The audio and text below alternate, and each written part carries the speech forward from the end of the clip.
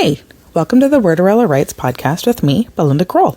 I write and illustrate cozy fantasy romance, and this is a little sneak behind the scenes. I am so glad you're here today.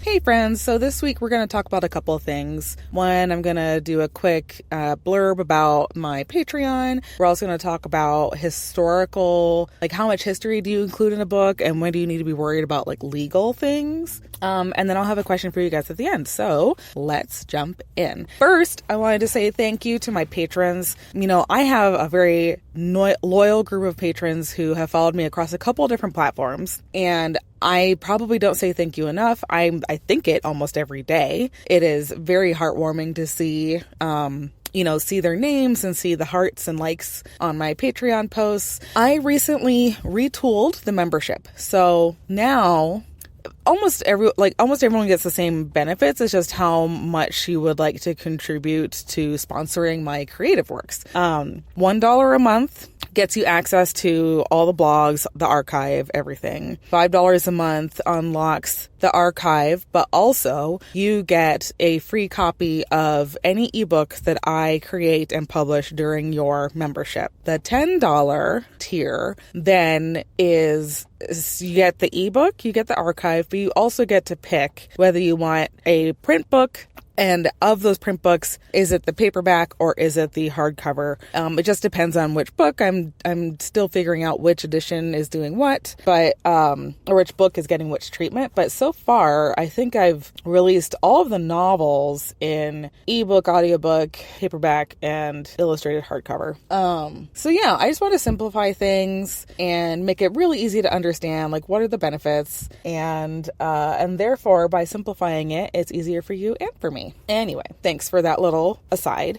This we're talking about history and how and when we bring it into our cozy history fantasy books. I chose The Hesitant Mediums originally to be set in 1887 England because I was actually doing research about breach of promise law, because that's what you do when you're a computer engineer in undergrad and are just tired of looking at code, I guess. I don't question it. I just do it. So I was studying breach of promise and I wanted to write a story around that, but I was having a hard time making it funny. So, and I think a big part of it was because the reason why breach of promise existed in England, in the United Kingdom, was because if a man proposed to a woman and then reneged on the engagement, like decided he wanted to marry someone else or just not be engaged and married at all, that woman was she was out of luck. You know, she was kind of seen as used goods, whether or not she had engaged in any physical anything with her fiance. She was considered jilted. She was just like, for some reason she was found lacking, and that's why this man left her, right? But then because of that means that she doesn't get her dowry, she doesn't get an inheritance. Women could not own land, property. They didn't have rights to their children. So breach of promise was really the only way for a woman to get any sort of compensation for the fact that her fiance left her. This is also actually sort of funny little sad tidbit. The reason why we have wedding rings is because yes, there's a romantic reason behind a wedding ring. It's a promise. It's a circle that represents forever. La-di-da. It also is an expensive piece of jewelry that should something happen to a woman's husband and she doesn't have a job and she needs to pay for bills and stuff, she could sell her wedding band. She could sell her wedding ring, and that was like a guaranteed insurance against, it was almost like the life insurance against her husband back in the day, which is kind of wild if you think about it. But I don't know, I kind of went on a tangent there. But anyway, so when it comes to history, I was having trouble with breach of promise, and I wanted my heroines to be able to decide whether they wanted to get into a relationship, which then had me looking for, when did women in England start to have the right to own their own property? Or if they inherited something, they got to keep whatever they inherited. It didn't go automatically to their husband upon marriage. And that law came into place around 1887. So that is when Hunting Miss Trentwood was set. Now, 1887 also is a couple other big things. It's actually the 50th anniversary. I think it's the silver or the golden jubilee for Queen Victoria. She was crowned in 1837. I somehow managed to not write anything about the Jubilee. I don't know what my problem is. I did a ton of research about it. It just never made it into the books. So that's kind of the fun, weird, interesting thing. I'm writing cozy fantasy romance set in Victorian times. So I get to play with truth a lot. To pick up my books, you have to assume, or you have to suspend your disbelief and say, sure, go surreal. Why not? Sure, we are in a interracial environment and we don't question a whole lot about it because, hey, if we're willing to believe in ghosts, then we can believe that there is a sort of mixed culture in 1887 England. At least it is in my world. And a couple other things. So the things that I try not to play with are general etiquette, clothing. I had this little booklet, or this little book. It's a little hardcover. I believe Charles Dickens wrote it. But it's a map of England. And so from the 1880s. And so I don't mess with the streets. I don't mess with locations. I follow the map the way it is. I follow most social mores, most etiquette rules, most clothing rules. And then I play a little bit with hierarchy, but not a whole lot because I don't actually deal with the aristocracy. I'm mostly dealing with, the middle class, the middle social class. A lot of misters. The highest I've gone so far is a baron, I think, which just means they own land. It's not a baron and a knight, I think, is the most I've gotten, which those are not necessarily hereditary titles. So I know that they're kind of aristocracy. Anyway, there's a lot of hierarchy stuff that I only trouble myself so much because there are so many romance books out there about dukes and earls. And, in the real world, there were not that many dukes and earls. You can count probably on both your hands how many there were in real life. So if you want to chat fantasy, just go to any historical romance book aisle and it's yep, none of that could have happened. But so that's kind of the fun part, right? Is as you're looking at history and you're asking, well, what if? There also is a line you have to keep. So, I could say, what if Queen Victoria spoke to one of my characters? Ideally, I would put Queen Victoria in a place where she would have already been, historically speaking. So that way, my story is a little more plausible. Sure, maybe she did turn around and smile at one of my characters because they were standing in the crowd and blah, blah, blah, blah, right? The fascinating thing about writing about real people is you really want to stick to what is known historical fact. Or you want to make it so clearly obvious that you're doing satire or just completely making up a fantasy story. One of my favorite Doctor Who episodes is actually this is with the David Tennant, so the 10th Doctor. He's in, he stumbles upon this manor that Queen Victoria is trapped in, and throughout the story you kind of get these hints of well, wait a minute, there's a reason why Queen Victoria used the royal we, and their plot twist for that was so clever. Werewolves are involved, and aliens. It's delightful. But you know what I mean? So that is so clearly not reality that you could almost say that Queen Victoria in this instance is used as a purely fictional character. We are just using the physical description and the historical, importance of her existence in her reign as a character in the story. If I then wanted to say something that could be considered slanderous, libelous, this is actually part of the reason why I don't write contemporary stories, is because I just have no interest in writing about, I guess, modern politics. I'm living them, so I don't really need to write about them. I don't need to write about modern culture. I live in it.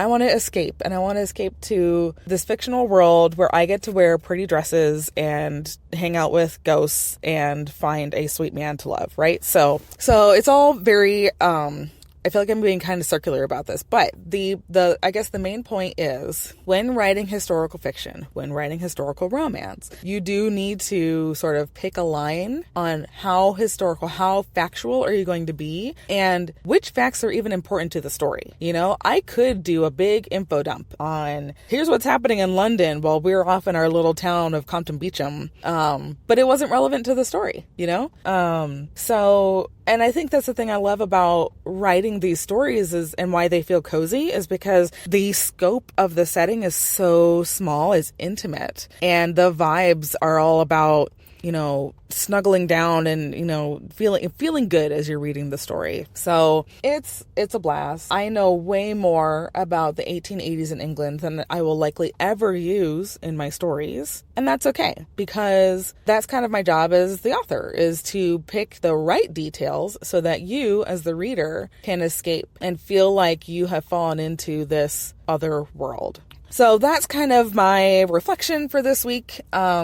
I did get to write another chapter of An Uncanny Bargain. I can tell I'm starting to get back into the story because as I was walking to lunch at work, I realized, oh no, like he can't be X-Way, spoilers, for 10 months because that doesn't explain why he is reacting to Y, spoilers. So we need to drop this down from 10 months to 3 months. So a lot of that like big picture stuff is starting to come together for me. I'm really starting to get a good vibe for the banter between Edith and Druvesh. I feel like I thought Edith was going to be a very organized, bookish person, but I'm realizing she is a bookish person of chaos. And so she's a little clumsy. She's a little, disordered, but she loves to escape into her books, and she would love nothing more than to prove that she is an excellent medium. Druvesh, on the other hand, is a very orderly man. He has felt like he has to be the perfect version of himself in order to be accepted, in order to be tolerated, in order to be seen. So it kind of drives him nuts to see this person not caring or having the inability to care about perfection, because that was never expected of her. She was the second daughter. She was never going to be the one bringing in the rich husband or anything like that. So I feel like getting to learn more about them is really helping. And I just can't wait to get back into the manuscript, you guys. Some of the banter, I'm laughing out loud as I'm writing the story. In other news, let's see. I have launched the pre-launch for the Kickstarter campaign of An Uncanny Bargain. So if you would like to be part of that campaign, I am doing my publishing sort of backwards this time. So this time I'm going to release An Uncanny Bargain on Kickstarter. So everyone who's on Kickstarter will be the first editions of the ebook, the paperback, the hardcover. Then, as I'm fulfilling the Kickstarter rewards, I will open the products up on my store, Worderella.com. After that slows down, I will start releasing things out to places like Amazon and